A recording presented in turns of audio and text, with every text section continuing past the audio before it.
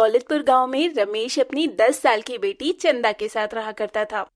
रमेश की पत्नी का कुछ सालों पहले देहांत हो चुका था और रमेश मेहनत मजदूरी करके अपना और अपनी बेटी का पेट पाल रहा था। हालांकि रमेश का भाई महेश और उसका परिवार उसके घर के पास में ही रहा करते थे, लेकिन महेश की पत्नी लीला को चंदा बिल्कुल भी पसंद नहीं थी। अरे चंदा, कहाँ थी? कब से तुझे ढूंढ रहा हूँ। वो पिताजी, मैं तो गाय के लिए चारा लेने गई थी, बस उसी में थोड़ा लेट हो गई। आप कब आए? बस अभी अभी आया हूँ। और तू इतना काम क्यों करती है? मैं आकर चारा ले आता। कोई बात नहीं पिताजी, आप भी तो काम पर से आकर थक जाते हैं ना, तो मैंने सोचा मैं ही कर लेती हूँ। और मुझे तो अब ये सब काम करने की आदत हो गई है। अरे रमेश, तेरी बेटी पढ़ने लिखने वाली नहीं है। कुछ दिनों बाद इसके हाथ पीले करवाने पड़ेंगे, वरना जैसे ये पूरे पूरे दिन घर से बाहर रहती है, उस हिसाब से ये घर में नहीं टिकने वाली। तुम भी क्या बच्ची के पीछे पड़ी रहती हो? अरे हमारी चंदा तो तुमसे भी ज्यादा काम करती है। सुबह शाम का घर का खाना बनाना, खेतों से चारा लाकर गाय को खिलाना, यह सब कर लेती है हमारी बिटिया। और तुम तो बस घर के कामों में ही थक जाती हो। ठीक है, तुम घर जाओ, फिर मैं तुम्हें बताती हूँ कि मैं क्या क्या कर सकती हूँ और क्या नहीं। चंदा बहुत ही मेहनती थी। सुबह शाम घर का काम करने के बाद गाय को चारा डालकर भी चंदा अपने पढ़ाई के लिए समय निकाल ही लिया करती थी। ऐसे ही समय बीतता है और चंदा समय के साथ बड़ी हो चुकी होती है, लेकिन फिर भी उसका काम करने का तरीका नहीं बदलता। सुबह शाम खाना बनाना, शाम में खेतों से चारा लाकर गाय भैंसों को खिलाना, ये सब चंदा किया करती थी। चंदा, तुम्हें कितनी बार मना किया है, शाम के समय जंगल में अकेली मत जाया कर। मैं तो कुंती काकी के साथ जंगल से लकड़ियां लाने गई थी। क्यों पिताजी, क्या हुआ, कोई बात है क्या? नहीं नहीं, मैं बस इतना कह रहा हूँ कि कल से लकड़ियां मैं ही लाया करूंगा। और गाय भैंस के लिए चारा भी खेत से मैं ही लाने जाऊंगा। तुझे कहीं जाने की जरूरत नहीं। लेकिन अचानक ऐसा क्या हुआ जो आप मुझे जंगल और खेत जाने से मना कर रहे हैं? रमेश चंदा की किसी भी बात का जवाब नहीं देता। वहीं रमेश के जाते ही लीला वहां आती है और चंदा से कहती है, तुझे पता नहीं है, सारा गांव तेरे बाप पर थू थू कर रहा है। और गांव वाले तो ये कहते हैं कि इतनी बड़ी जवान लड़की हो गई है, लेकिन अभी तक जंगल जाकर लकड़ियां लाती है और खेत में घंटों बिताती है। जरूर पापा के कान आपने ही भरे होंगे। मैं तो काम से खेत में जाती हूँ और जंगल भी काम से ही जाती हूँ। न जाने आप लोगों के दिमाग में क्या ही चलता है। हाँ, तो अब तेरे बाप ने मना कर दिया है तो तुझे कहीं जाने की जरूरत नहीं है, क्योंकि जल्द ही अब तेरे पिता तेरे हाथ पीले करवाने वाले हैं। ये सुनकर चंदा को काफी बुरा लगता है कि कैसे गांव के लोग और उसकी चाची उसके पिता के कान भर रही हैं, लेकिन जल्द ही चंदा के लिए रिश्ता आता है। चंदा बिटिया, बाहर लड़के वाले आए हैं। सर पर दुपट्टा डालकर अच्छे से बाहर आ जा। रुक, मैं तेरी चाची को भेजता हूँ। अरे मैं आ ही रही थी, जा तू बाहर जाकर लड़के वालों को देख, मैं इसे लेकर आती हूँ। अरे सही से सर पर चुन्नी डाल और ज्यादा बोलने की जरूरत नहीं है। जितना पूछा जाए उतना ही जवाब देना। लड़के की माँ चंदा को देखकर उसके हाथ से चाय की ट्रे लेकर नीचे रख देती है और चंदा को बैठने के लिए कहती है। क्या नाम है और कितनी पढ़ी लिखी हो? जी चंदा नाम है और कॉलेज कर रही हूँ अभी तो। अच्छा, खाना पीना बनाना जानती हो? और शादी के बाद घर तो संभाल लोगी ना? अरे घर तो हमारी चंदा खूब अच्छे से संभालना जानती है। शाम में जंगल जाकर लकड़ियां काट कर लाती है और खेतों से गाय भैंस के लिए चारा भी यही लाती है। इतनी बड़ी हो गई है, लेकिन काम करने में इससे तनिक भी शर्म नहीं। हर काम को बड़ी ही मेहनत से करती है। क्या? जंगल जाकर लकड़ियां काटना, खेत जाकर चारा लाना, इतनी बड़ी होकर ये सब करती है? अब क्या करे, बेचारी की माँ नहीं है तो उसे ही ये सब काम करना ही पड़ेगा ना। देखिए, हमें ऐसी लड़की चाहिए जो संस्कारी सुशील हो, लेकिन बिन माँ की बेटी है और पिता इसके घर पर ज्यादा समय रहते नहीं, खेतों में आना जाना है। खैर, हम सोच कर बताते हैं। इतना कहकर लड़के वाले वहां से चले जाते हैं। लड़के वालों के जाने के बाद लीला भी वहां से ये कहकर चली जाती है कि अरे रमेश, मैंने तुझे पहले ही कहा था कि लड़की जवान हो रही है, खेत जंगल मत जाने दिया कर, और बिन माँ की बेटी है तो लोग गलत समझते हैं।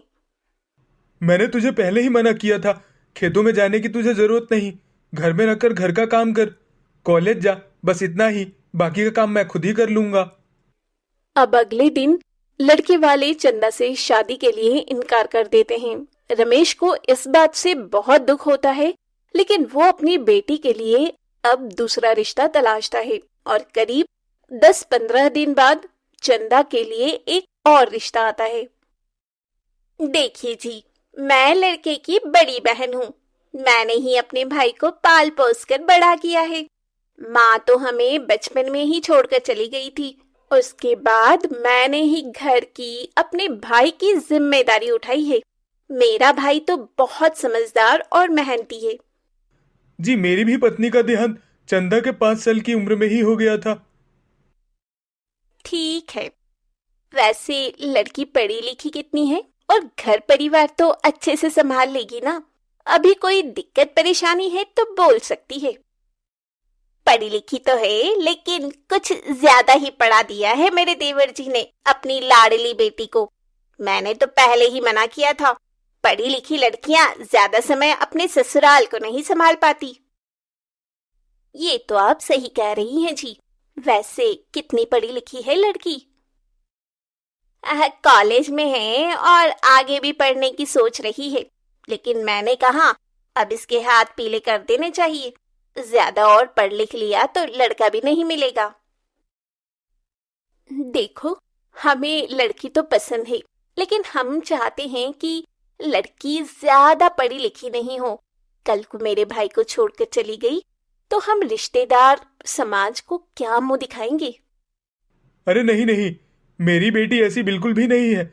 जितनी संस्कारी है उतनी ही समझदार भी है। पढ़ाई लिखाई तो मैंने इसलिए करवाया कि कल को कोई दिक्कत ना हो। अब ये रिश्ता भी लीला की वजह से टूट जाता है। लीला और महेश दोनों ही खुश होते हैं कि उसने अपने भाई की बेटी का रिश्ता तोड़वा दिया। ऐसे ही ये सिलसिला चलता रहता है और चंदा के चाचा चाची की वजह से उसकी शादी टूटती रहती है। देखा, मैंने कहा था ना, मैं चंदा के इस रिश्ते को भी तोड़वा दूंगी। मैं भी तो यही चाहता था, रमेश की बेटी का रिश्ता टूट जाए। और तुमने लड़के वालों के सामने जो भी बोला सही बोला। रमेश बार बार अपनी बेटी के लिए रिश्ता ला रहा था और किसी न किसी कारण लीला उस रिश्ते को तोड़वा दिया करती। रमेश अब काफी परेशान हो जाता है।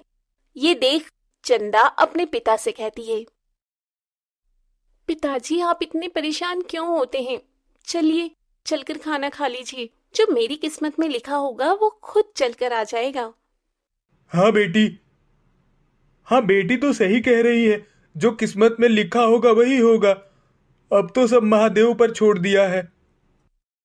ऐसे ही समय बीतता है और एक रोज रमेश के घर गांव के पंडित जी आते हैं। अरे ओ रमेश, कैसा है?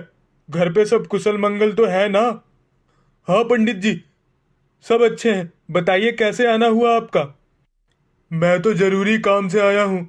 जिस गांव में पूजा करवाता हूँ वहां के सेठ धनी राम ने अपने बेटे की शादी आपकी बेटी चंदा से तय करवाने की बात करी है। दरअसल उन्होंने आपकी बेटी को कॉलेज जाते हुए देखा था।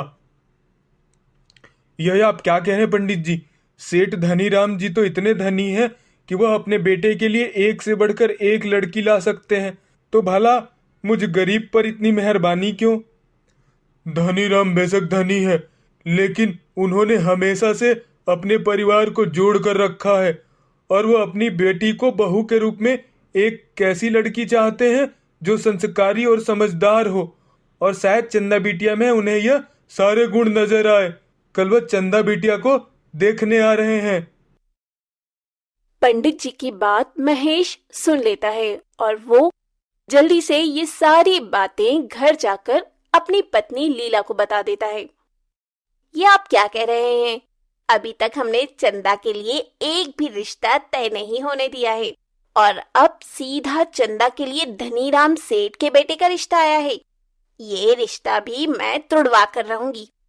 जाइए, दौलतपुर और खुशीपुर दोनों गांव के बीचों बीच पड़ने वाला बांध काट दीजिए, जिससे पानी बहने लगे और रास्ता बंद हो जाए।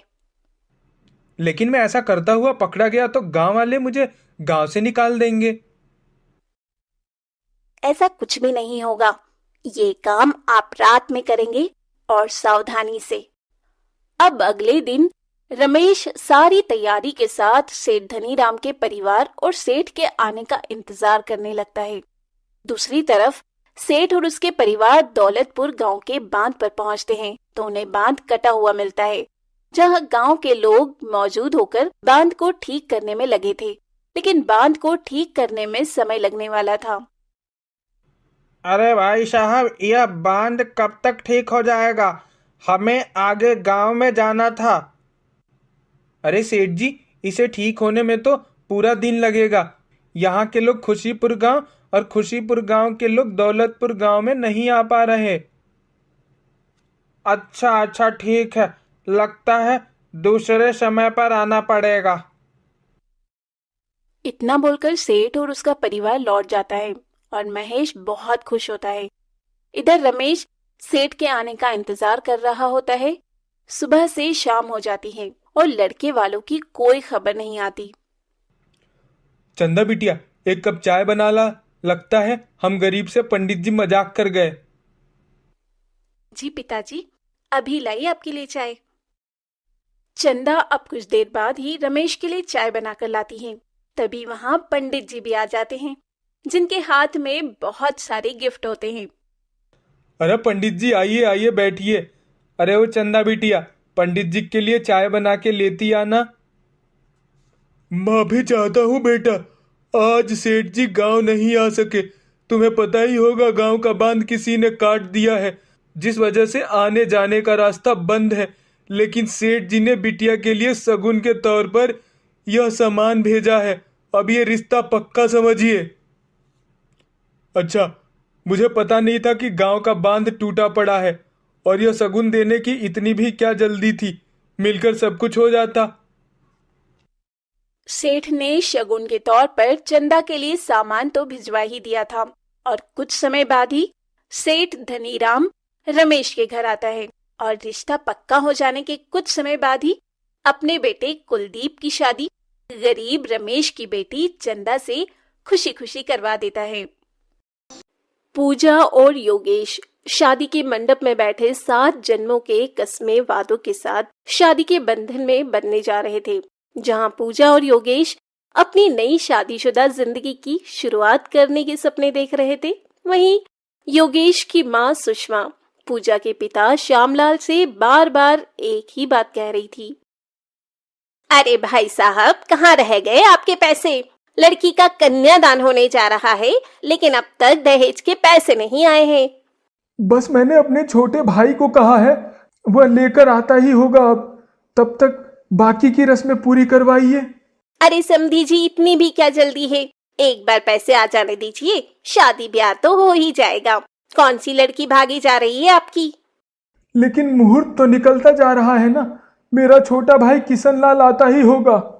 उन्हें आ जाने दीजिए, तब तक मैं कुछ खा पी लेती हूँ। देखो जरा क्या कुछ बनवाया है बारातियों के लिए। जी जरूर समधन जी, आइए आप बैठिए, मैं आपके लिए खाना मंगवाता हूँ। इधर पंडित जी बार बार मुहूर्त निकला जा रहा है कहकर मंत्रों को बीच में ही रोक दे रहे थे, लेकिन सुषमा श्यामलाल को अपनी बेटी पूजा का कन्यादान करने ही नहीं दे रही थी। देखिए समधन जी, पंडित जी का भी कहना है कि मुहूर्त निकलता जा रहा है। आप मेरी बात समझने की कोशिश कीजिए। बस मेरा भाई आता ही होगा, थोड़ा सा समय और दे दीजिए उसे। अरे बड़ी लंबी उम्र है समधी जी, आपके भाई की आ ही गए। पूरा कैश तो है ना, पूरे 5 लाख। जी जी, पूरा बंदोबस्त कर दिया था मैंने। मेरी बेटी की शादी में कोई कमी नहीं रहे। इसलिए मैं अपने घर तक को गिरवी रख दिया है। अब बेटी पैदा की है तो इतना फर्ज तो बनता है ना आपका कि आप अपने आप को गिरवी रखें या अपने घर को। क्यों समधी जी, कुछ गलत तो नहीं कहा ना मैंने? जी नहीं नहीं समधन जी, अब मैं कन्यादान की रस्म पूरी करता हूँ। सुषमा का बेटा पढ़ा लिखा और अच्छी नौकरी करता था। सुषमा ने अपने बेटे की शादी के लिए लड़की वालों से 5 लाख रुपए कैश, घर का सामान और एक कार दहेज की मांग की थी, जो श्यामलाल जैसे तैसे पूरा करता है। अब पूजा भी शादी करके अपने मायके से ससुराल आती है। श्यामलाल तो सोचता है उसने अपने बेटी को इतना कुछ दिया है कि उसकी सास उसे कुछ भी नहीं कहेगी और हमेशा ही उसे अपनी पलकों पर बैठा कर रखेगी।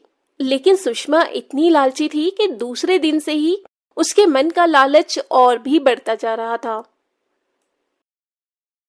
अरे बहू, कल पग फेरे की रस्म है तो तेरे बाप को बोल देना कि यहाँ से 10 लोग जाएंगे, उनका खाना पीना बन जाना चाहिए और सभी को शगुन में नए कपड़े और 1000 रुपए तो दे ही दें। लेकिन माँ जी, पग फेरे की रस्म में तो सिर्फ लड़की जाती है, लड़के के रिश्तेदार नहीं। और ये कौन सा रिवाज है जिसमें पैसों के साथ कपड़े देने पड़ते हैं? हमारे यहाँ तो यही रिवाज है, इसीलिए पहले से बता रही हूँ। अच्छा माँ जी, अगर ऐसा है तो कोई बात नहीं, इस पग फेरे की रस्म को रहने ही देते हैं। मेरे पिता ने अभी अभी आप लोगों को इतना कुछ दिया है कि उनका हाथ खाली हो चुका है। वो 10 लोगों का खाना पीना, कपड़े और शगुन के तौर पर 1000 रुपए नहीं दे पाएंगे। हाँ हाँ, तेरा फकीर बाप जब बेटी के ब्याह में खर्च नहीं कर सकता था तो बेटी को जन्म ही क्यों दिया।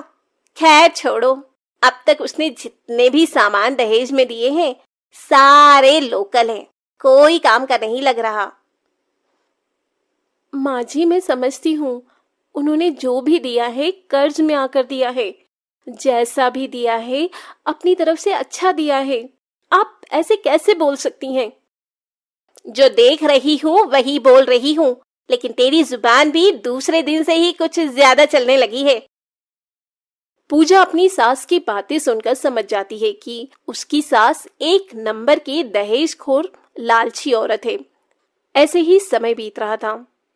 एक रोज सुषमा के कमरे का एसी खराब हो जाता है। सुषमा अपने बेटे योगेश से एसी ठीक करवाने की बात कहती है। माँ, आपको पता है ना शादी में कितना खर्च आया है। बेशक हम लड़के वाले हैं, लेकिन खर्च तो हमारा भी हुआ है और अभी मेरी तनख्वाह भी नहीं आई है, तो इन सब पर खर्च करने का आप सोचो भी मत। हाँ बेटा, ये भी तू सही कह रहा है। चल, इसका भी उपाय मैं करती हूँ, तू अभी ऑफिस जा। योगेश के ऑफिस निकल जाने के कुछ देर बाद हॉल में पोछा लगा रही पूजा से सुषमा कहती है, अरे बहू, अब तक तेरा काम नहीं हुआ। तेरे बाप को बुलाया था घर पर, आता ही होगा। अगर आए तो नाश्ता पानी करवा कर भेजना। लेकिन पिताजी आ रहे हैं, उन्होंने तो मुझे कुछ बताया ही नहीं कि वो मुझसे मिलने आ रहे हैं। तेरे बाप को मैंने यहाँ तुझसे मिलने नहीं बुलाया है, बल्कि तेरे बाप से कहा था कि घर का एसी खराब हो गया है। बेटी के लिए इतना तो कर ही सकता है। मैं समझी नहीं माँ जी, क्या आप मेरे पिताजी से नया एसी मंगवा रही हैं, वो भी अपने कमरे में लगवाने के लिए? हाँ, बड़ी जल्दी समझ आ गई। चल अच्छा है, मैं जा रही हूँ कांता के घर, थोड़ा काम है। तेरा बाप आए तो बिना नाश्ता पानी के मत भेजना, वरना कल को बदनामी होगी। लेकिन माँ जी, मेरे पिताजी से जितना हुआ उन्होंने उतना तो किया ही ना, तो अब आप उन्हें और क्यों परेशान कर रही हैं? क्या उन्होंने दहेज में कोई कमी छोड़ी है? लड़की का बाप जितना दे उतना कम है, चाहे वो ताजमहल ही क्यों ना दे दे, और लड़के वाले जितना ले उतना कम है। ये बात तू नहीं जानती क्या बहू? चल अभी घर के काम पे ध्यान दे, मेरी बातों पर नहीं। इतना कहकर सुषमा अपनी पड़ोसन कांता के घर चली जाती है। कुछ देर बाद श्यामलाल अपनी बेटी के ससुराल आता है। अरे पूजा बेटी कैसी है? घर में सब ठीक तो है ना? बाहर तो धूप भी बहुत तेज है। पिताजी आप आ गए? कैसे हैं आप? आपकी तबीयत तो ठीक है ना? बैठिए ना, आप खड़े क्यों हैं? मैं आपके लिए ठंडा पानी लेके आती हूँ। बेटी सब ठीक है। वह तो बस मैं तेरे लिए एसी लेकर आया हूँ। दहेज में मैंने तुझे पंखा कूलर तो दिया, लेकिन एसी नहीं। अरे पिताजी, इसकी क्या जरूरत थी? और मुझे अच्छे से पता है ये आप अपनी मर्जी से नहीं लेकर आए हैं, आप पर दबाव बनाया गया है। नहीं नहीं बेटी, कैसी बातें कर रही है तू? मैं ये तेरे लिए ही लेकर आया था। पूजा अपने पिता की बात सुनकर किचन में पानी लाने जाती है। तभी श्यामलाल किसी से फोन पर बातें कर रहा होता है। मालिक, जल्द पैसे दे दूंगा। अभी मैं बेटी के घर आया हूँ, ज्यादा बात नहीं कर सकता, माफ कीजिएगा। मैं घर आते ही आपसे मिलने आता हूँ, बस कुछ दिन और। पिताजी लीजिए पानी। और किसका फोन था? आप इतने परेशान क्यों हैं? बताइए क्या बात है? आप मेरी शादी के बाद कर्ज में आ गए हैं, मुझे पता है, इसलिए आप इतना परेशान हैं। अरे अरे, तुझे चिंता करने की कोई जरूरत नहीं है, सब हो जाएगा। और समधन जी कहाँ है? कहीं नजर नहीं आ रही है? मैं चलता हूँ, यह एसी उन्हें दिखा देना। पूजा तो सब जानती थी कि उसके पिता बिना बोले ये एसी नहीं लाए हैं, बल्कि उसकी सास ने इतना दहेज लेने के बाद भी उसके पिता को प्रताड़ित कर रखा है। और पूजा भी दहेज की बढ़ती मांग से प्रताड़ित हो रही थी। एक रोज सुषमा हॉल में बैठी टीवी देख रही होती है, तभी टीवी अचानक बंद हो जाता है। सुषमा बहुत कोशिश करती है, लेकिन टीवी नहीं चलता। तभी सुषमा पूजा के पिता श्यामलाल को फोन लगाकर कहती है, अरे समधी जी, कैसे हैं आप? आपने एसी तो बड़ा अच्छा दिया है, ठंडी ठंडी हवा आती है। बस मैंने तो आपको इसीलिए याद कर लिया कि मेरा मनोरंजन नहीं हो पा रहा है।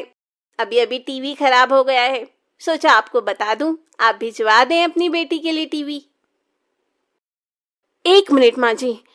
पिताजी आप फोन रखिए, मैं बाद में बात करती हूँ। और माँ जी, आप अगर आपने गलती से भी मेरे पिताजी के हालचाल लेने के लिए भी अब फोन किया तो मुझसे बुरा कोई नहीं होगा। देख रहा है योगेश, तेरे सामने ही तेरी पत्नी मुझे धमका रही है। आपको जो समझ में आए वो समझिए माँ जी, लेकिन मेरे पिताजी अब आपको कुछ भी नहीं देंगे दहेज में। वैसे ही आपने सामान से लेकर पैसे तक लिए हैं, और मेरे दहेज का सामान आपने अपनी बेटी के लिए भिजवा दिया है। और जो चीज खराब हो रही है वो आप मेरे पिताजी से मंगवा रही हैं। क्या ये गलत नहीं है? माँ, आज मैं आपको कुछ नहीं कहूंगा। पूजा बिल्कुल ठीक कह रही है। तू इसकी बातों में मत आ। अगर इसे यहाँ से जाना है तो जाए, मैं नहीं रोकने वाली। मैं तेरी दूसरी शादी करवा दूंगी और वहां से भी इससे 2 गुना दहेज मिलेगा। माँ जी, आपको जैसा सही लगे, लेकिन मैं इस घर को छोड़कर जा रही हूँ। मैं अपने पिता पर और बोझ नहीं बन सकती। मैं अपने मायके भी नहीं जाऊंगी, लेकिन जहाँ जाना होगा मैं चली जाऊंगी। मैं भी तुम्हारे साथ हूँ, तुम चिंता मत करो। मैं तुम्हारे साथ 7 जन्मों के कसमों वादों के साथ 7 फेरे लिए हैं। सुषमा अपने लालच की वजह से अपने बेटे को खो देती है, क्योंकि पूजा के घर से जाने के साथ ही योगेश भी पूजा के साथ चला जाता है। और इस बात का सुषमा को बहुत पछतावा होता है। हालांकि वो अपने बेटे को मनाती भी है, लेकिन योगेश नहीं मानता। वो भी अपनी माँ के रंग को काफी समय से नोटिस कर रहा था। इसीलिए कहते हैं, लालच बुरी बला है। चंदा सुबह सुबह कपड़े धो रही होती है। तभी चंदा की सौतेली माँ डुमरी चंदा को और भी कपड़े लाकर देते हुए कहती है, सिर्फ खाने में तेरे हाथ चलते हैं, वैसे तुझसे कोई काम नहीं होता है। चल जल्दी जल्दी हाथ चला ताकि तुझे और भी काम दूं। बस मुफ्त की रोटी तोड़ने आती है। तुम चंदा को इतना काम क्यों देती हो? राखी से भी घर का काम करवाया करो। क्यों ना करवाऊं इस बिन माँ की बेटी से काम? और मेरी फूल सी बेटी की अभी उम्र ही क्या है, बस 20 साल की तो है अभी। और ये करमजदी पूरे 22 साल की हो चुकी है। माँ, मुझे भूख लगी है, कब तक खाना बनेगा? अरे ओ महारानी, सुन भी रही है? मेरी राखी को भूख लगी है जोरों की। कपड़े धुल जाएं तो आकर खाना भी बना लियो। जी माँ जी, जैसा आप कहें। ये करके मैं वो भी करती हूँ। डुमरी और राखी इतना कहने के बाद वहां से चले जाते हैं और ये देख केशव परेशान हो जाता है और अपनी बेटी चंदा के पास जाता है जो कि कपड़े धो रही थी। चंदा बेटी, मुझे माफ कर दे। मैं ही तेरा गुनहगार हूँ। मैंने तो सोचा था कि तेरी माँ के जाने के बाद डुमरी तुझे तेरी माँ की तरह प्यार देगी, लेकिन मैं शायद भूल गया, सौतेली तो आखिर सौतेली ही होती है। और आज तक डुमरी ने बस तुझ पर अत्याचार ही किए हैं। नहीं पिताजी, इसमें आपकी भी कोई गलती नहीं है। हाँ, आपने तो ये सब मेरे लिए ही किया था ना, लेकिन मैं ही अभागी हूँ जो मेरी किस्मत में माँ का प्यार लिखा ही नहीं है। चंदा और केशव बात कर ही रहे होते हैं, तभी कमरे में डुमरी की आवाज आती है। तुम दोनों बाप बेटी मेरी और मेरी फूल सी बेटी की बुराई कर लो तो घर के काम भी हैं, उसका भी सोच लेना। और चंदा, अगर आज काम नहीं हुआ समय पर तो पूरे दिन तुझे भूखे रखूंगी। डुमरी चंदा से नौकरानी की तरह काम करवाया करती थी और तब भी उसे कई बार तो पूरा पूरा दिन भूखा रखा करती थी। ये देख डुमरी की पड़ोसन खुद से कहती है, बेचारी चंदा की फूटी किस्मत।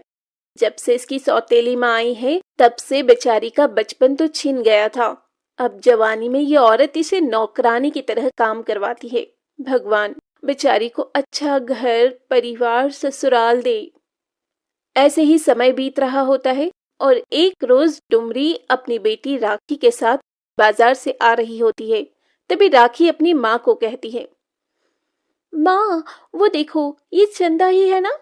और वो लड़का कौन है जो चंदा का बार बार हाथ पकड़ रहा है? अरे वो करमजली तुझे कहाँ दिख गई? अरे हाँ, ये कौन है? कहीं इसका इसके साथ चक्कर तो नहीं चल रहा है? अगर ऐसा है तो आज मैं इसकी टांग तोड़ दूंगी। माँ, मैंने इसे अपने घर के आसपास भी घूमते देखा है और अब तो मेरा शक भी यकीन में बदल गया है। चंदा का इसके साथ चक्कर चल रहा है। अभी यहाँ रोड पर तो मैं तमाशा नहीं करना चाहती हूँ, लेकिन आज इसे घर आने दे। जिन दो पैरों से ये इससे अपना मुंह काला करवाने आई है, वही दोनों पैर मैं आज इसके तोड़ डालूंगी। अब राखी और डुमरी केशव के कान भरकर चंदा के आने का इंतजार करने लगते हैं। चंदा जैसे ही घर आती है, डुमरी चंदा का बाल पकड़कर उसे दरवाजे से खींचकर घर के अंदर लाती है। अरे माँ, ये अब क्या कर रही हैं? माँ नहीं, मेरा बाल छोड़ो। आप ये क्या कर रही हैं माँ? आप सुन तो रही हो ना? माँ, मुझे दर्द हो रहा है। करमजली अभागी, तो इस घर का नाम मिट्टी में मिलाना चाहती है। कौन है वो जिससे तू चिपक चिपक कर बातें कर रही थी? वो माँ, वो मैं आपको बताने ही वाली थी। मैंने कमल के बारे में पिताजी को बताया था। पिताजी, आप कुछ बोलते क्यों नहीं? वो क्या बोलेगा? दोनों बाप बेटी ने मिलकर इस घर का नाम मिट्टी में मिलाने का जो फैसला ले रखा है। अरे तुम दोनों चाहते क्या हो? डुमरी चंदा को खूब मारती है और खाना भी नहीं देती। केशव भी चंदा को नहीं बचाता क्योंकि उसे भी अपने घर की इज्जत प्यारी थी। इस वाकये के बाद ही डुमरी चंदा के लिए लड़का देखना शुरू कर देती है। तुम इसकी 10 दिन के अंदर शादी करोगे, वरना मैं ये घर छोड़कर चली जाऊंगी। इसे तुम किसी दूध वाले के हाथों में या फिर किसी कबाड़ी, अखबार या दलाल के हाथ बेच दो, लेकिन ये लड़की 10 दिन के अंदर यहाँ से जानी चाहिए। मैं देख रहा हूँ इसके लिए लड़का। अब तुम शांत हो जाओ और मुझे भी शांत रहने दो। वो तो अच्छा हुआ मैंने इसे देख लिया, वरना इसने तो इस घर के बारे में एक बार भी नहीं सोचा है। चंदा के पिता केशव अब अपने दोस्त के जान पहचान के बताए लड़के से चंदा की शादी मंदिर में करवा देते हैं। चंदा तो गम की मारी अपनी जिंदगी काट रही थी, लेकिन चंदा जैसे ही अपने ससुराल जाती है, उसके ससुराल में चंदा के पैर रखते ही कई सारी अच्छी खबर आती है। अरे बहू, तू तो साक्षात लक्ष्मी का रूप है। क्या बात है, तूने तो घर में कदम रखते ही इस घर को स्वर्ग बना दिया। हाँ चंदा, तुम्हें पता है, जैसे ही तुम्हारा गृह प्रवेश हुआ है वैसे ही एक के बाद एक अच्छी खबर मिली है। हाँ बहू, तू यहाँ बैठ।